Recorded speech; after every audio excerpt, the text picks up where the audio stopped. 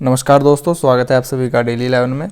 आज का हमारा टेस्ट सीरीज़ का क्रम रहेगा 91। इससे पहले 90 सेशन आ चुके हैं। लिंक आपको डिस्क्रिप्शन में मिल जाएगा। चैनल की प्लेलिस्ट में जाकर भी आप उनको देख सकते हैं। दोस्तों, टेस्ट सीरीज में 25 क्वेश्चन रहते हैं।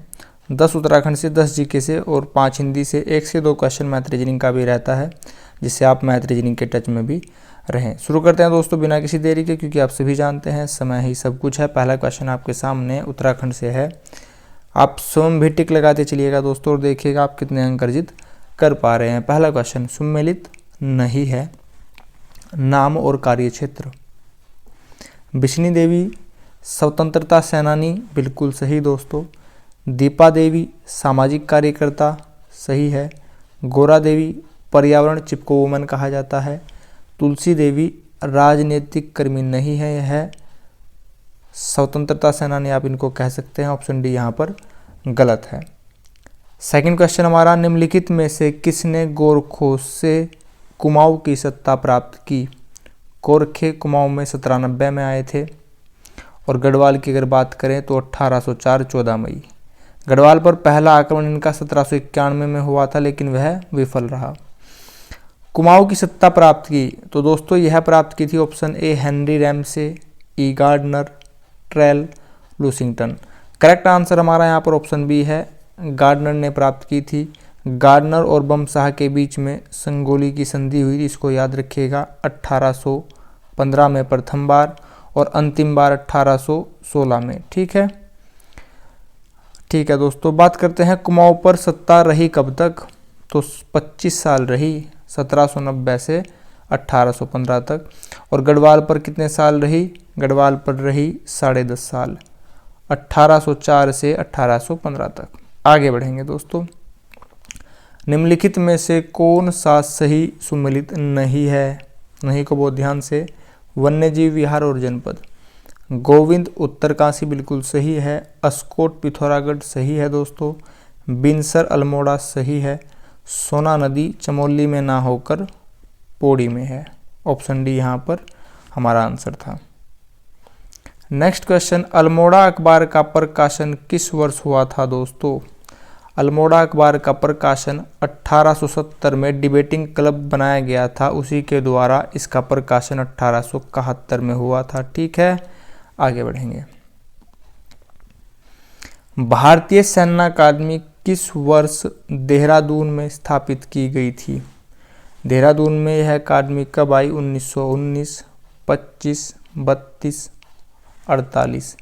करेक्ट आंसर दोस्तों ऑप्शन सी रहेगा। 1932 में यह अकादमी देहरादून में स्थापित की गई थी। 1919 प्रांतों में द्वैत शासन। ठीक है। 1925 दोस्तों, 1917 में पहली भारतीय महिला अंग्रेज एनी बेसेंट, कांग्रेस के अध्यक्ष। 17 में अगर आप 8 डालेंगे तो 1925 आएगा, सरोजनी नायडू। 1925 का जो कांग्रेस का अधिवेशन था, बेलगांव अधिवेशन कर्नाटक, ये प्रथम एकमात्र ऐसा था जिसमें गांधी जी ने अध्यक्षता की थी। चीज़ों को याद रखिएगा दोस्तों।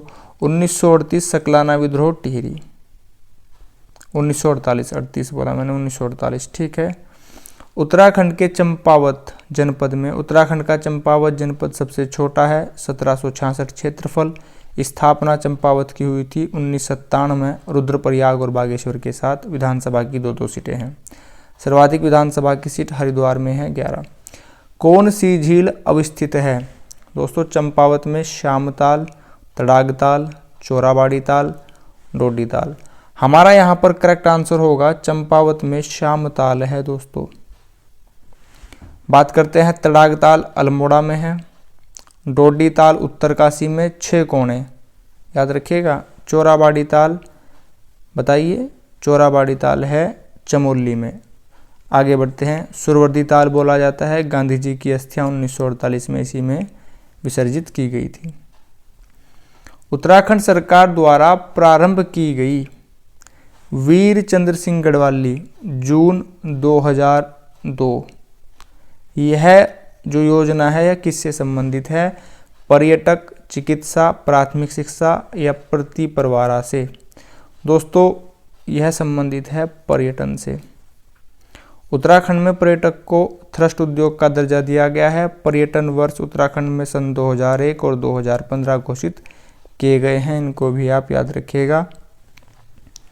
नेक्स्ट क्वेश्चन दोस्तों, निम्नलिखित नदियों में से किस नदी के उद्गम क्षेत्र में सबसे ज़्यादा हिमानियाँ हैं? सर्वाधिक हिमानियाँ कहाँ पर हैं?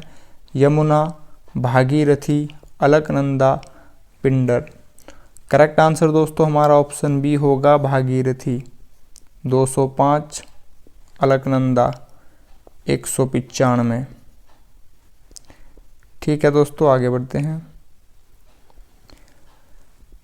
कत्यूरी दोस्तों, यमुना की लंबाई भी जान लीजिए। यमुना की लंबाई 136, अगर पूरे भारत में बात करें तो 1384।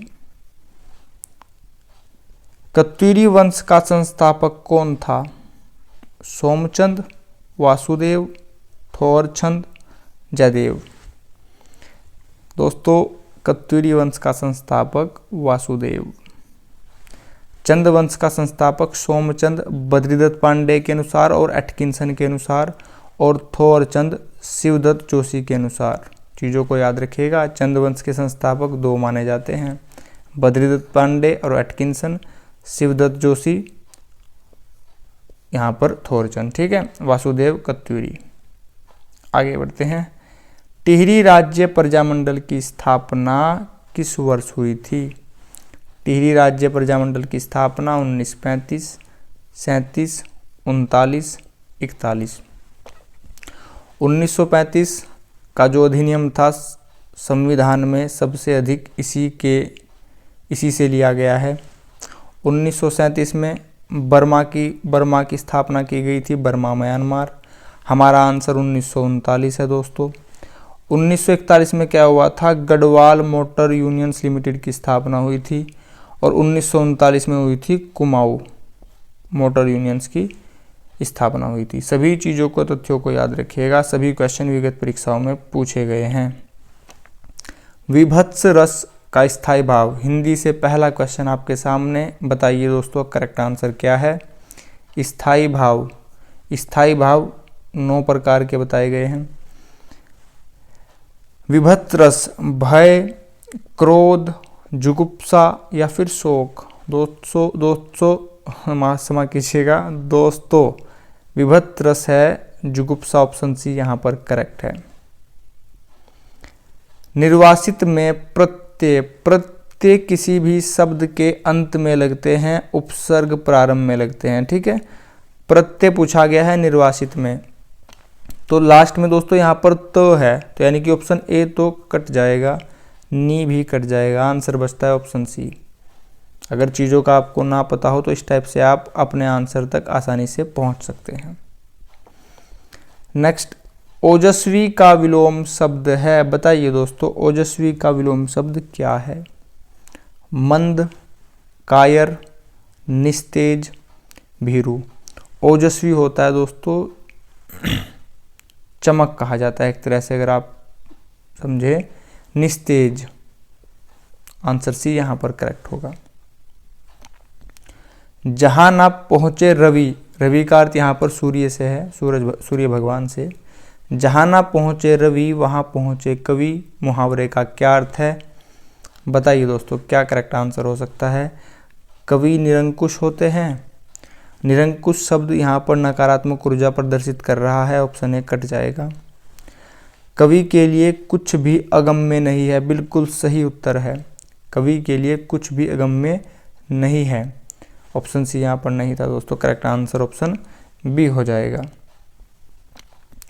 जिसका रोकना या निवारण करना कठिन हो, ऑप्शन ए दुर्निवार्य, दुराराध्य, दुर्जय, कोई नहीं। दोस्तों करेक्ट आंसर होगा ऑप्शन बी दुराराध्य। रोकना या निवारण करना कठिन हो, दुर्जय जिसे जीतना कठिन हो। नेक्स्ट, जीके से पहला क्वेश्चन है दोस्तों, यह सेम क्वेश्चन पटवारी लेखपाल की परीक्षा में था और सेट था ए। कांडला बंदरगाह स्थित है, कहाँ पर स्थित है? सभी जानते हैं गुजरात, लेकिन क्वेश्चन का थोड़ा सा बदलाव था? ऑप्शन में गुजरात नहीं था, बंगाल की खाड़ी, कच्छ की खाड़ी, खंबात की खाड़ी, उपरोक्त में से कोई नहीं।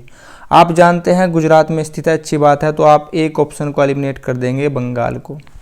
आंसर आता है कच्छ या खंबात, बताइए दोस्तों। कांडला बंदरगाह कच्छ की खाड़ी में है, स्थित है। कच्छ के रण में जंगली गधे भी पाए जाते हैं, इसको भी याद रखिएगा। गुजरात, हम बात कर रहे थे गुजरात की दोस्तों। गुजरात की राजधानी गांधीनगर है। गुजरात के मुख्यमंत्री भूपेंद्र भाई पटेल हैं। गुजरात की तट रेखा सबसे लंबी है। दूसरे स्थान पर आता है आंध्र प्रदेश का। ठीक है, तट रेखा की बात करें, भारत के 9 राज्यों की सीमा तट रेखा है, तटीय है, और 4 केंद्र शासित प्रदेश की सीमा भी तट से संबंधित है। मानव भूगोल के पिता हैं, मानव भूगोल के पिता कौन हैं? रेटर, हंटिंगटन या फिर रेटजेल, इनमें से कोई नहीं। करेक्ट आंसर दोस्तों ऑप्शन बी होगा, रेटजेल।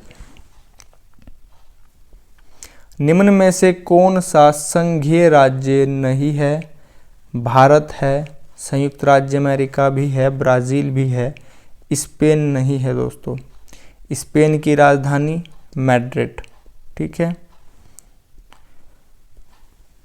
जो हिमालय की लकड़ी नहीं है वह कौन सी है? देवदार भी है दोस्तों, स्प्रूस भी है, महोगनी नहीं है दोस्तों, हिमालय की नहीं है, श्वेत सनोवर भी है। नेक्स्ट क्वेश्चन है, विश्व का सबसे बड़ा मूंगफली उत्पादक देश कौन सा है? यूएसए, भारत, पाकिस्तान, चीन। दोस्तों करेक्ट आंसर हमारा यहाँ पर होगा चीन। चीन का प्रथम स्थान मूंगफली में है, मछली के उत्पादन में है, स्वर्ण के पुनर्चक्रीकरण में भी है। अब बात करते हैं भारत का स्थान मछली उत्पादन में दूसरा है दोस्तों। अगर बात करें भारत में मछली उत्पादन शीर्ष स्थान पर तमिलनाडु है। तमिलनाडु के मुख्यमंत्री A.K. स्टालिन, राजधानी चेन्नई, पुराना नाम मद्रास। चेन्नई एक कृत्रिम बंदरगाह भी है, इसको याद रखिएगा। अब बात करते हैं दोस्तों स्वर्ण की। स्वर्ण पुनर्चक्रीकरण में भारत का बिहार राज्य प्रथम स्थान पर है। बिहार के मुख्यमंत्री नीतीश कुमार जी। बिहार की राजधानी पटना, और बिहार में वाल्मीकि नेशनल पार्क है, इस बात को भी याद रखिएगा। बढ़ते हैं आगे दोस्तों। सबसे अधिक लवणता किसके समुद्र जल में पाई जाती है? जल्दी मत कीजिएगा, यहाँ पर लिखा है समुद्र। मुझे पता है आप सभी को याद है तुर्की की वान झील में सबसे अधिक लवणता पाई जाती है, लेकिन यहाँ पर दोस्तों समुद्र लिखा है, झील नहीं लिखा है। ठीक है, जो जल्दी में होगा आंसर डी बोल देगा, सर डी होगा। अगर यहाँ पर झील होता तो तुर्की की वान झील, तुर्की का नाम भी बदल दिया गया है, तुर्की कर दिया गया है। ठीक है, हमारा आंसर है समुद्र पूछा गया है तो लाल सागर यहाँ पर करेक्ट हो जाता है। हिंद महासागर को रत्नाकर सागर भी कहा जाता है, इसको याद रखिएगा। POCSO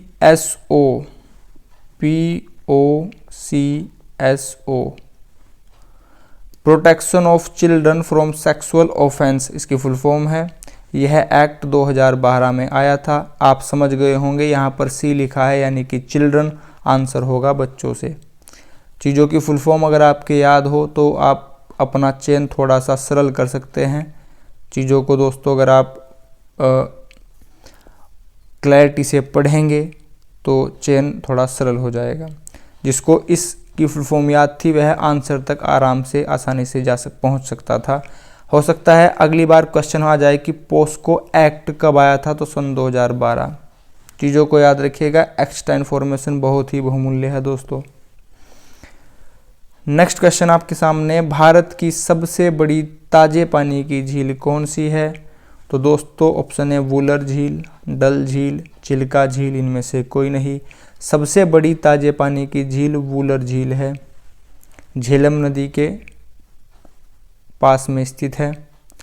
बात करें यह कहाँ पर है, तो यह जम्मू कश्मीर में है। डल झील भी जम्मू कश्मीर में है, मीठे पानी की है। चिल्का झील सबसे बड़ी खारे पानी की झील है, ओडिशा में स्थित है। ओडिशा के मुख्यमंत्री नवीन पटनायक, राजधानी भुवनेश्वर। दोस्तों अगर बात करें दूसरी झील कौन सी है, तो सांभर झील खारे पानी की है, और यह कहाँ पर है? राजस्थान में। राजस्थान के मुख्यमंत्री अशोक गहलोत, राजधानी जयपुर, पिंक सिटी गुलाबी शहर इसको कहा जाता है। राजस्थान भारत का सबसे ज़्यादा क्षेत्रफल वाला राज्य है। बढ़ते हैं आगे दोस्तों। एक व्यक्ति के वेतन में, मैथ से पहला क्वेश्चन है, बताइए करेक्ट आंसर क्या होगा। एक व्यक्ति के वेतन में पहले 20% की वृद्धि की गई, तत्पश्चात 20% की कमी की गई। दोस्तों एक बात याद रखिएगा, जहां पर एक साथ अगर एक ही संख्या लिखी हो और एक बार वृद्धि और एक बार कमी हो तो सरल सा एक तरीका है, 20 की बात की जा रही है तो इसके अपोन में 10 लिखिएगा और स्क्वायर कीजिएगा। अगर आप इसका स्क्वायर करते हैं तो आपके पास आएगा 400/100, 0 से 0 कट गई, आया आंसर 4। अब 4 वृद्धि हुई या कमी। एक बात और याद रखिएगा, इस टाइप के क्वेश्चनों में हमेशा कमी आती है, माइनस। तो करेक्ट आंसर यहाँ पर ऑप्शन ए होगा दोस्तों, 4% की कमी। आगे बढ़ेंगे। एक और बात, अगर यहाँ पर 20 की जगह 30 लिखा होता तो हम क्या करते, 30/10 का स्क्वायर करेंगे तो यहाँ पर आएगा 900, 100, आंसर आएगा -9 की कमी। ठीक है, अब आप समझ गए होंगे। ठीक है दोस्तों, नेक्स्ट क्वेश्चन। 15 वस्तुओं का क्रय मूल्य, क्रय मूल्य बोला जाता है कॉस्ट प्राइस, यानी कि सीपी, इंग्लिश वाले छात्रों के लिए। 15 वस्तुओं का क्रय मूल्य कॉस्ट प्राइस 10 वस्तुओं के विक्रय मूल्य यानी कि सेलिंग प्राइस के बराबर हो तो आपका लाभ कितना होगा। बताइए दोस्तों, आराम से सोचिए और बताइए करेक्ट आंसर क्या होगा। ठीक है दोस्तों, उम्मीद है आपने आंसर बताया हो। देखिए, आपने 15 वस्तुएं खरीदी और 15 वस्तुओं में से 10 वस्तुएं बेच दी। जितने की आप 15 वस्तुएं लाए थे आपने उतने की 10 वस्तुएं बेच दी, तो आपके पास 5 वस्तुएं बच गई, आपका यह लाभ है। ठीक है, आपका ये लाभ जो 5 वस्तुएं बची हैं ये 10 वस्तुओं को बेचकर बची हैं। अब इसका प्रतिशत निकाल लीजिए, 5 दूनी 10, 2 को 100 से काटेंगे, आएगा 50% का आपके पास लाभ हो रहा है। अब देख लीजिए 50% ऑप्शन में कहाँ लिखा है, कहीं भी नहीं लिखा है, तो ऑप्शन होगा डी, इनमें से कोई नहीं। दोस्तों यह था टेस्ट सीरीज का क्रम 91। अगर आप चैनल पर नए हो, वीडियो आपको हेल्पफुल लगी हो तो प्लीज़ चैनल को सब्सक्राइब कीजिएगा। वीडियो की नोटिफिकेशन सबसे पहले पाने के लिए बेल आइकन पर प्रेस कीजिएगा। लाइक तो सभी करेंगे, लाइक करना कोई भी नहीं भूलेगा।